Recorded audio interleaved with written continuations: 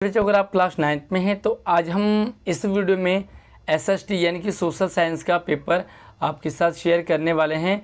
चाहे mid term exam हो चाहे फाइनल एग्ज़ाम हो, सत्र 2022-23 में आपके पास इसी पैटर्न में पेपर आने वाला है। तो पेपर का पैटर्न देखते हैं, किस तरह आपको इनके आंसर सॉल्व करने हैं। और आगे बढ़ने से पहले प्लीज़ वीडियो को लाइक और अपने सभी दोस्तों को भी आप ज़रूर शेयर कर दें। सबसे पहले आपको देखना है कि खंड कितने होंगे। तो 5 खंड हैं, क ख ग ग ग और ग, 5 खंड होंगे। सभी अनिवार्य हैं। एक बार जनरल इंस्ट्रक्शंस आप जरूर देख लें, कितने से कितने तक 1 नंबर का, कितने से कितने तक दो नंबर के, 3 नंबर के। तो आप एक बार पूरा से आप जरूर पढ़ लें। हिंदी और इंग्लिश दोनों मीडियम में। पहला प्रश्न सीधा चलते हैं और यहाँ पे होगा पहला प्रश्न, निम्नलिखित में से कौन सा उत्पादन का कारक नहीं है।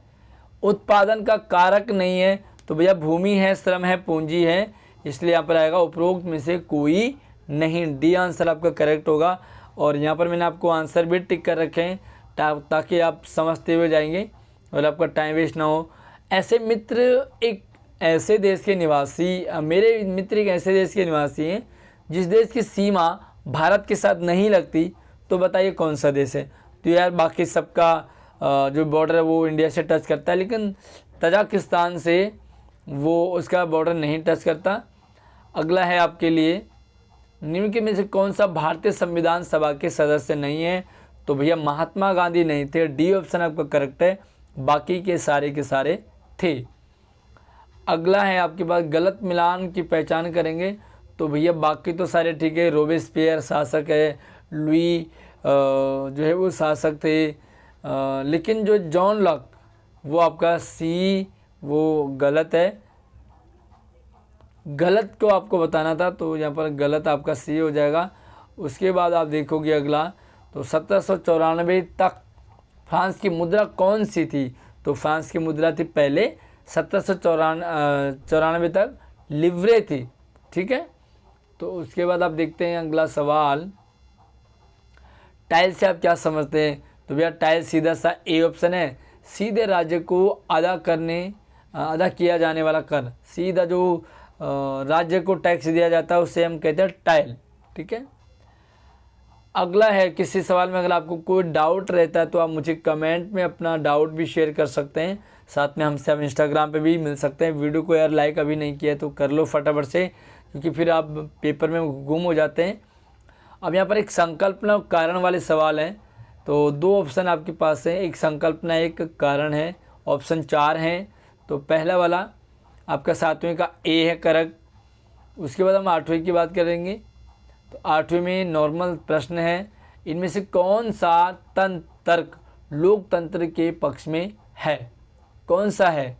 तो ये जो तीनों है भाई, ए बी सी में तीनों है। नीचे हमने डी पे देखा तो उपरोक्त तो सभी यानी कि सभी इसके आंसर करेक्ट हैं।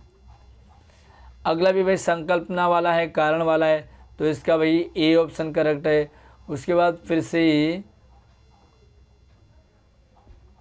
10वां, तो 10वां सवाल देखो, 18वीं शताब्दी में फ्रांस का सम्राट कितने स्टेट में बटा था। फ्रांस का जो समाज था वो 3 हिस्सों में बटा था।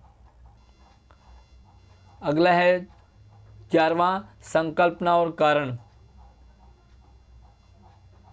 और आप इन प्रश्नों को ध्यान से पढ़े, ध्यान से समझे, क्योंकि मैंने आपको सीधा आंसर दिया है और इनमें थोड़ा सा लॉजिक सा होता है। एक बार आप सैम्पल पेपर ज़रूर देखें सामने और इन प्रश्नों को सॉल्व करें, तो आप ये चेक कर पाओगे कि जो आंसर मैंने आपको बताए हैं क्या वो सही हैं या नहीं। चलिए अगला है, इसका जो ए ऑप्शन करेक्ट है। अगला देखो, और अगले में आपके पास है यस 12वां, निम्नलिखित में से किस कानून के द्वारा भारत सरकार ने 2005 में ग्रामीण क्षेत्रों में 100 दिन का रोजगार सुनिश्चित किया। तो वो है महात्मा गांधी राष्ट्रीय ग्रामीण रोजगार योजना। तो रोजगार गारंटी योजना, 100 दिन मिलेंगे। अगर 100 दिन में आपको 100 दिन का काम नहीं मिलता तो आपको बेरोजगारी भत्ता इसमें मिलेगा। अगला है, रिक्त स्थान की पूर्ति कीजिए। पालमपुर की प्रमुख आर्थिक क्रिया क्या है, वो कृषि है, क्योंकि पालमपुर में ज़्यादा खेती बाड़ी होती है। अगला देखो, रेखांकित तथ्यों को सही करके आपको वाक्य लिखना है। तो यहाँ पर जो है वो आप रूसो की जगह आ गया मोंटेस्क्यू, ठीक है, बाकी कोई दिक्कत नहीं है। सत्य और असत्य बताने हैं। एक वर्ष में किसी भूमि पर एक से ज़्यादा फसल पैदावार करने को बहुविध फसल कहते हैं। तो एक ही जगह पे काफ़ी सारे फसल बहुविध फसल, बिल्कुल करेक्ट आंसर है। उसके बाद 16वां सवाल है, दिनेश दिल्ली में एक दिहाड़ी मजदूर है। दिनेश जो है दिल्ली में दिहाड़ी मजदूरी करता है। वह प्रत्येक दिन 150 रुपये कमाते हैं, जबकि प्रत्येक दिन 150 कमाते हैं, जबकि दैनिक प्रचलित मजदूरी उनकी आय से अधिक है। तो 16वां देखो एक बार फिर से कि दिनेश दिल्ली में एक दिहाड़ी मजदूर है। वह प्रत्येक दिन कितने रुपए कमाता है? 150 रुपये कमाते हैं, जबकि दैनिक प्रचलित दैनिक मजदूरी उसकी आय से अधिक है। जो दैनिक मजदूरी है वो ज़्यादा है, लेकिन वो कमाता कम है। तो हम दिल्ली में एक दिहाड़ी मजदूर है। अब यहाँ पे देखो, तो आपको बताना है कि जो दिनेश है वो उसका वो रोज़गार है या बेरोज़गार है, उसके पास रोज़गार है या बेरोज़गार है। तो यहाँ पे आप देखो बेरोज़गार नहीं है, क्योंकि कहीं ना कहीं वो 150 रुपये कमा रहा है। अगर वो कुछ भी नहीं कमाता तो वो बेरोज़गार होता, लेकिन वो कमा रहा है, कम कमा रहा है, वो अलग बात है। तो यहाँ पे आ जाएगा, ये रोज़गार में आ जाएगा, इसका आंसर है रोज़गार। उसके बाद देखो, निम्नलिखित जानकारी को पढ़िए और उनके लिए एक पारिभाषिक शब्द दीजिए। हम सभी ऐसा आचरण करें जैसे कि हम एक परिवार के सदस्य हों। हमने इस तरह से बिहेव करना जैसे हम एक फैमिली के हों। कोई भी नागरिक किसी दूसरे को कमतर ना समझे। तो कमतर ना समझे क्या लिखेंगे? सबसे पहले आप लिखेंगे यहाँ पर समानता। ठीक है, समानता लिख सकते हैं, तो सबसे इजी रहेगा समानता। अगला सवाल 18वां रिक्त स्थान की पूर्ति करनी है, और एक बार पढ़ ले इसे। अक्टूबर 1999 में पाकिस्तान में सैनिक तख्तापलट की अगुवाई किसने की? तो आंसर है आपका जनरल परवेज़ मुशर्रफ। जनरल परवेज़ मुशर्रफ उस समय जो अगुवाई कर रहे थे। और अगला है, महिला मालाबार तट पर है। महिमा नाम मालाबार तट पर है। वह इस बात को लेकर के दुविधा में है कि पूर्वी तटीय मैदान पर या पश्चिमी तटीय मैदान पर है। मतलब वो कहाँ पे है? वो मालाबार में है, मालाबार तट पर है। तो वो ये जानना चाहते हैं कि कहाँ पर है। बताइए वर्तमान में महिमा भारत के किस तटीय पर है? तो वो है वो पश्चिमी तटीय, यहाँ पर हमने दिखा वो है पश्चिमी तटीय पर है। उसके बाद बात करते हैं समानता शब्द से आप क्या समझते हैं, अथवा न्याय शब्द से आप क्या समझते हो। तो सिंपल सी बात है भाई, समानता क्या है? जहाँ पर सभी को एक जैसा अधिकार हो, मतलब लड़का लड़की को एक जैसा अधिकार हो, काले गोरे को एक जैसा हो, मतलब सभी एक जैसे ही हो रहे, तो वहाँ पर समानता है। अथवा न्याय शब्द से, तो न्याय क्या है? जहाँ पर सही को सही और गलत को गलत बताया जा रहा हो, वो है न्याय। ठीक है, न्याय यानी कि उचित निर्णय लेना। उसके बाद देखो अगला है, मानव पूंजी क्यों कहते हैं? अच्छा, ये तो सारे एक एक नंबर के आ रहे हैं, अभी सारे सवाल जो एक एक नंबर के हैं। मानव पूंजी क्यों महत्वपूर्ण है भैया? क्यों हम अपनी why is human capital important? तो यार कुल मिला के अगर हमारे पास पूंजी नहीं होगी तो हम आपात समय में अपना गुजारा नहीं कर सकते। तो आप इसे इस तरह से लिखेंगे, जो मानव पूंजी है वो अपने काम चलाने के लिए या असमय के लिए, कुछ समय के लिए ज़रूरी है। भारत की स्थल सीमा रेखा का विस्तार बताइए। स्थल सीमा रेखा का विस्तार बताइए। तो इस सवाल को आप ज़रूर देख लेना, थोड़ा सा इसमें मैं कंफ्यूज हूँ। लोकतंत्र के विपक्ष में एक तर्क लिखिए। लोकतंत्र के विपक्ष में, हाँ, तो किस तरह से आप तर्क दे सकते हैं? यहाँ पर मैं 2-3 तर्क आपको दे रहा हूँ, आप उनमें से ऐड कर लीजिए। शासक हमेशा बदलते रहते हैं, मतलब जो लोकतंत्र है उसमें कभी किसी की सरकार बन रही है, कभी किसी की, तो ये हमेशा बदलती रहती है, जो अस्थिरता को बढ़ावा देती है, मतलब टिका हुआ नहीं है। आज पीएम कोई और है, 5-10 साल पहले कोई और था, 5 साल बाद कोई और हो जाएगा। ये उसके विपक्ष की बात है। दूसरा है, लोकतंत्र में राजनीतिक प्रतिद्वंद्विता बढ़ती रहती है। तो लोकतंत्र में क्या होता है? राजनीतिक प्रतिद्वंद्विता। आम आदमी पार्टी बीजेपी की बुराई करे, बीजेपी कांग्रेस की बुराई करे, कांग्रेस से आम आदमी पार्टी की। तो इस तरह से प्रतिद्वंद्विता, लड़ाई चलता रहता है। लोकतंत्र में निर्णय में देरी होती है। लोकतंत्र में क्या होता है? निर्णय नहीं ले पाते हैं। तो ये इस तरह से आप उसमें से। और लोकतंत्र भ्रष्टाचार को बढ़ावा देता है, तो भ्रष्टाचार भी बहुत होता है इसमें। तो इनमें से आप एक दो अपने आंसर में ऐड कर सकते हैं। अगला है बेरोजगारी को परिभाषित कीजिए। तो बेरोजगारी क्या होती है भाई?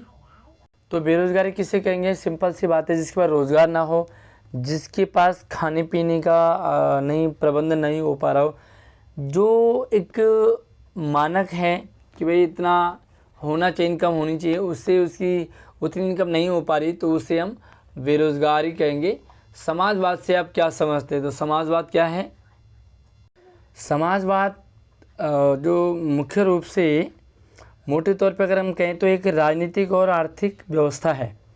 मतलब राजनीतिक और आर्थिक व्यवस्था समाजवाद, जिसमें हम अपनी संपत्ति और उत्पादन के साधन आम हैं, आमतौर पर राज्य या सरकार द्वारा नियंत्रित होते हैं, उन्हें हम कहेंगे समाजवाद। सिंधु नदी तंत्र की किसी एक नदी का नाम बताइए। सिंधु नदी तंत्र में एक नदी का नाम, तो कुछ नदियाँ मैं यहाँ पर बताता हूँ, आप उनमें से ऐड कर लेना। जैसे सिंधु नदी तंत्र में आएगा आपका झेलम हो गया, रावी है, चिनाब है, व्यास है, सतलुज है। तो इन नदियों को सिंधु नदी तंत्र में जोड़ा जाता है। अथवा में लिखो नर्मदा नदी किस नदी तंत्र का हिस्सा है? तो इसे नर्मदा नदी तंत्र भी कहते हैं। तो इसका आंसर आप नर्मदा नदी तंत्र भी आप कह सकते हैं कि नर्मदा नदी तंत्र का हिस्सा है।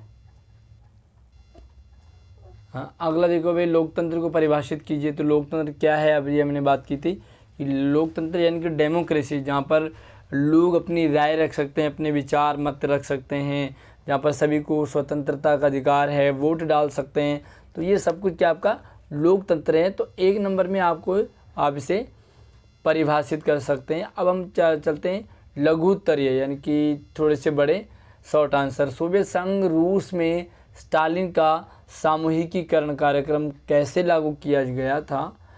ये तो सामान्यतः जो साम्यवादी समाज है उसके निर्माण के लिए जोसेफ स्टालिन द्वारा सोवियत संघ में अपनाई गई नीतियों का समुच्चय ही स्टालिनवाद कहते हैं। रूस में हुई बोल्शेविक क्रांति और उसके नेता लेनिन की मृत्यु के बाद 3 दशकों में धीरे धीरे राजनीतिक जो पार्टियाँ थी उनकी परिघटना के रूप में इसका विकास होता है। तो इस तरह से आप इसमें आंसर आप बना सकते हैं। किसी देश को मानक समय रेखा की आवश्यकता क्यों पड़ती है? भारत की मानक समय रेखा का मान क्या है? मानक समय की व्यवस्था से मानव श्रम का उचित प्रबंधन और बड़ी मात्रा में बिजली की बचत की जा सकती है मानक समय से। साथ में एक और उपाय के अनुसार अलग अलग मानक समय बनाने के बजाय पूर्वोत्तर राज्यों में कामकाज का समय 1-2 घंटे पहले करना भी इस समस्या का व्यावहारिक और प्रभावी समाधान हो सकता है। जो प्रॉब्लम है उसका सॉल्यूशन भी। और जो भारत का जो मान है समय रेखा का मान वो है प्लस का हो गया 5:30, ये आपका हो गया उसका मानक समय। तो देखो, लोकतंत्र में अंतिम निर्णय लेने की शक्ति लोगों द्वारा चुने हुए प्रतिनिधियों के पास ही होनी चाहिए। कथन का विश्लेषण कीजिए। लोकतंत्र में अंतिम निर्णय लेने की जो शक्ति है वो या तो जनप्रतिनिधि हो जो होते नेता वगैरह, और साथ में राष्ट्रपति के पास ही होना चाहिए। क्योंकि अगर हर कोई निर्णय लेने लगेगा तो सबके अपने एक नियम बन जाएंगे, सब अपने कानून चलाएंगे। इसलिए एक जो प्रतिनिधि हैं जो जनता द्वारा चुने गए हैं उनके पास ही होनी चाहिए। और वो अगर सबके पास चला जाए, क्योंकि जैसे भाई एक घर की जो बागडोर है वो मुखिया पिताजी के पास होनी चाहिए। सोचो हर किसी के पास पावर है तो कोई भी कहीं भी कुछ भी कर सकता है। इसीलिए पावर एक के हाथ में, लाइक वो हमारे पेरेंट हो गए और हम उनके पाबंदी में रहते हैं। तो इसीलिए जो है वो जनप्रतिनिधियों के पास ही होना चाहिए। स्वतंत्र एवं निष्पक्ष चुनाव लोकतंत्र की एक आवश्यक शर्त है। कथन का विश्लेषण कीजिए। तो स्वतंत्र और निष्पक्ष चुनाव जो लोकतंत्र की आवश्यकता है, मतलब कोई भी चुनाव लड़ सकता है, किसी को भी आप वोट दे सकते हैं, कोई किसी पर पाबंदी नहीं। हालांकि कितनी पाबंदी होती है और कितने वोटों को ख़रीदा जाता है वो तो आप सब लोग जानते हैं, लेकिन फिर भी ऐसा मानना है चुनाव आयोग का कि जो स्वतंत्र है और निष्पक्ष चुनाव है वो कोई भी किसी को भी वोट दे सकता है। तो यहाँ पर एक आवश्यक शर्त इस तरह से ये होनी चाहिए। अगला सवाल है, अब आपके पास थोड़ा सा लॉन्ग टाइप के क्वेश्चंस आ जाते हैं, मतलब आप ये 3-3, 4-4 नंबर के, तो थोड़ा सा इनको आपको एक्सप्लेन करना होगा। आर्थिक क्रियाओं से आप क्या समझते हैं? तो जो आर्थिक क्रिया है जिनका अर्थ से, जिनका कमाई से, पैसे से संबंध होगा वो हमारा आर्थिक क्रिया हो गई। आर्थिक क्रियाओं को कितने वर्गों में बांट सकते हैं, कितने वर्गों में, और एग्जाम्पल आपको इनमें देना है। आपके क्षेत्र में की जाने वाली किन्हीं 5 गैर कृषि क्रियाकलापों की सूची बनाएंगे आप। तो जो गैर कृषि कलाप हैं उनमें आप लिख सकते हैं लाइक पशुपालन हो गया, डेयरी वगैरह, मुर्गी पालन और मछली पालन आदि, इनमें से आप लिख सकते हैं। तो इनमें आप थोड़ा सा और एक्सप्लेन करके लिख सकते हैं पशुपालन क्या है, मुर्गी पालन क्या है, मछली पालन आदि। इनके अलावा कुछ और भी आप ऐड कर सकते हैं। अब हमारे पास आ जाते हैं दीर्घ उत्तरी, यानी कि 4-4 नंबर का एक सवाल है, हिमालय को भारत के लिए वरदान क्यों माना जाता है? तो भाई हिमालय क्या है? भारत के लिए वरदान है, क्योंकि जो पड़ोसी देश है वो हम पर अटैक नहीं कर सकते।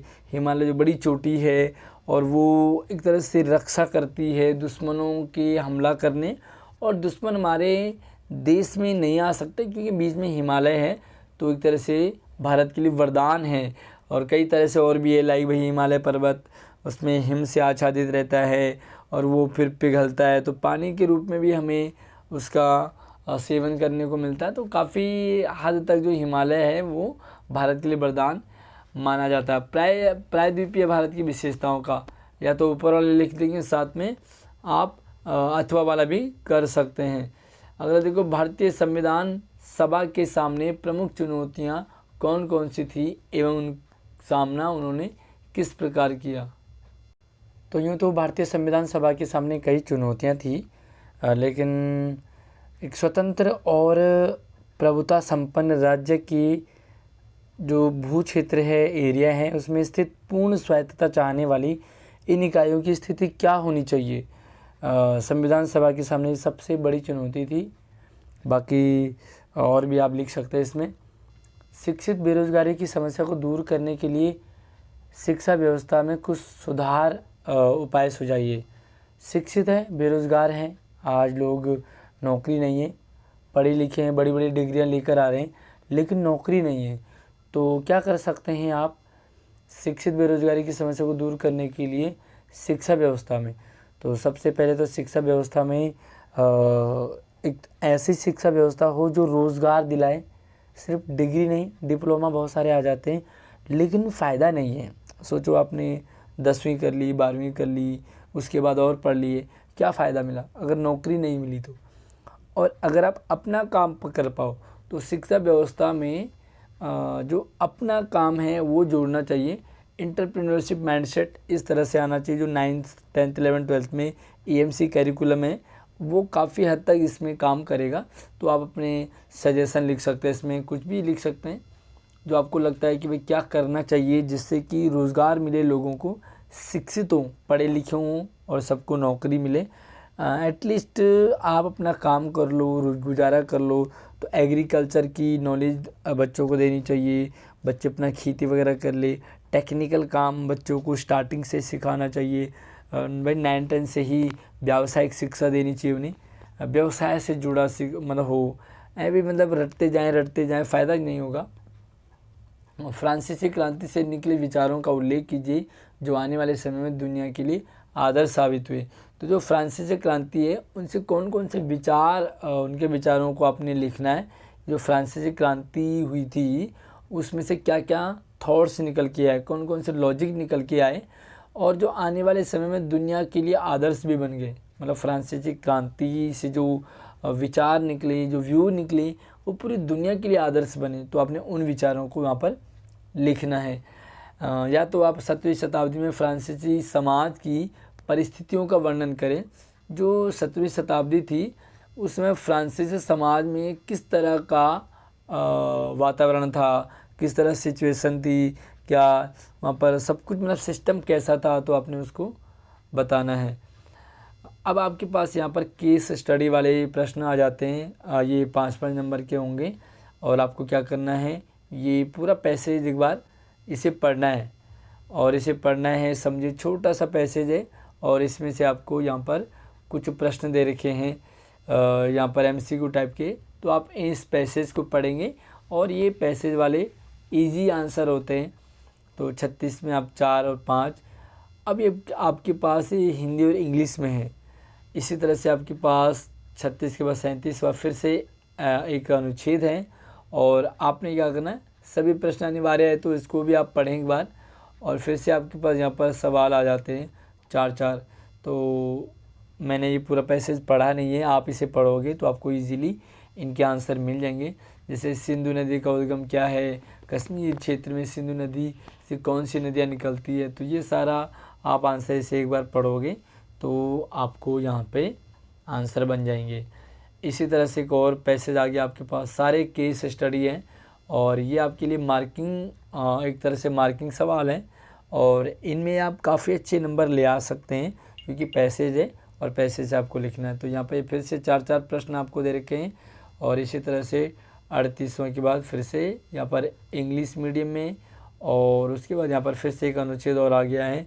तो अनुच्छेद वाले प्रश्नों को आप ध्यान से पढ़ें, एक बार पढ़ें, 2 बार पढ़ें और उसके बाद आप आराम से इनके आंसरों को आप लिख पाएंगे। 39। अब उसके बाद आते हैं मैप। तो एक मानचित्र रहेगा आपके पास, जो आपको पता ही है कि मानचित्र आधारित क्वेश्चन होंगे और ये जो 40वां क्वेश्चन है यहाँ पर आपको क्या करना है कि विश्व के दिए गए मानचित्र में 2 स्थान दे रखे हैं A और B, उनमें आपको दोनों स्थानों को पहचान करनी है, उनकी विशेषता बतानी है। ए में क्या भरेंगे आप, यानी कि ए में भरेंगे आप वह देश जो द्वितीय विश्व युद्ध में मित्र राष्ट्रों का हिस्सा था, तो उस देश का नाम लिखेंगे। दूसरा, वह देश जो द्वितीय विश्व युद्ध में धुरी राष्ट्रों का हिस्सा था। तो ए और बी में जो आपको देश आ रहा है उस देश का नाम लिखेंगे। लाइक मैं आपको यहाँ पर मानचित्र दिखा देता हूँ, ये रहा। तो ये आपके पास ए पार्ट है, तो यहाँ पे आप ए वाला प्रश्न पूछा जो वो लिखोगे और बी वाले में बी वाले लिखेंगे। तो ये आपके पास भारत के दिए गए मानचित्र पर किन्हीं 3 स्थानों को दर्शाइए। तो अब भारत का मानचित्र देंगे, इनमें से 4 चीज़ दे रखे हैं, आपको 3 को ही वहाँ पर शो करना है। ये भारत का मानचित्र है और जो आपको प्रश्न दे रखा है उसमें से आपको यहाँ पर लिखना है। और ये दृष्टिबाधित बच्चे होते हैं जिनकी आँखों में प्रॉब्लम होती है, आँखें नहीं देख पाते, उनके लिए सवाल है, विजुअल इम्पेयर्ड वाले। और ये आपका इस तरह से पूरा पेपर हो जाता है। तो आई होप आपको SST का पूरा पेपर समझ में आया होगा। आप इसमें से कितने में से 80 में से कितने नंबर ला सकते हैं मुझे कमेंट करके बताएं। बाकी अगर आपको दूसरे सब्जेक्ट का पेपर चाहिए तो आपको इसी वीडियो के डिस्क्रिप्शन में आपको सारे के सारे पेपर मिल जाएंगे और आप ज़रूर जा कर के देखें। अगर कोई डाउट है तो आपको मैंने इंस्टाग्राम की ID लिंक पे डिस्क्रिप्शन में दे रखी है। साथ में हमारे एक पहाड़ी यादों वाला चैनल है, पहाड़ी लाइफ स्टाइल, तो आप उससे भी देखेंगे, वो भी हमारा लिंक वीडियो के डिस्क्रिप्शन में दिया है। बाकी और सब्जेक्ट के पेपर आपको मिल जाएंगे। और आपको कौन से पेपर में दिक्कत आ रही है या डर लग रहा है मुझे कमेंट करके ज़रूर बताएं। अगली वीडियो मिलते हैं, अपना ख्याल रखिए, जय हिंद।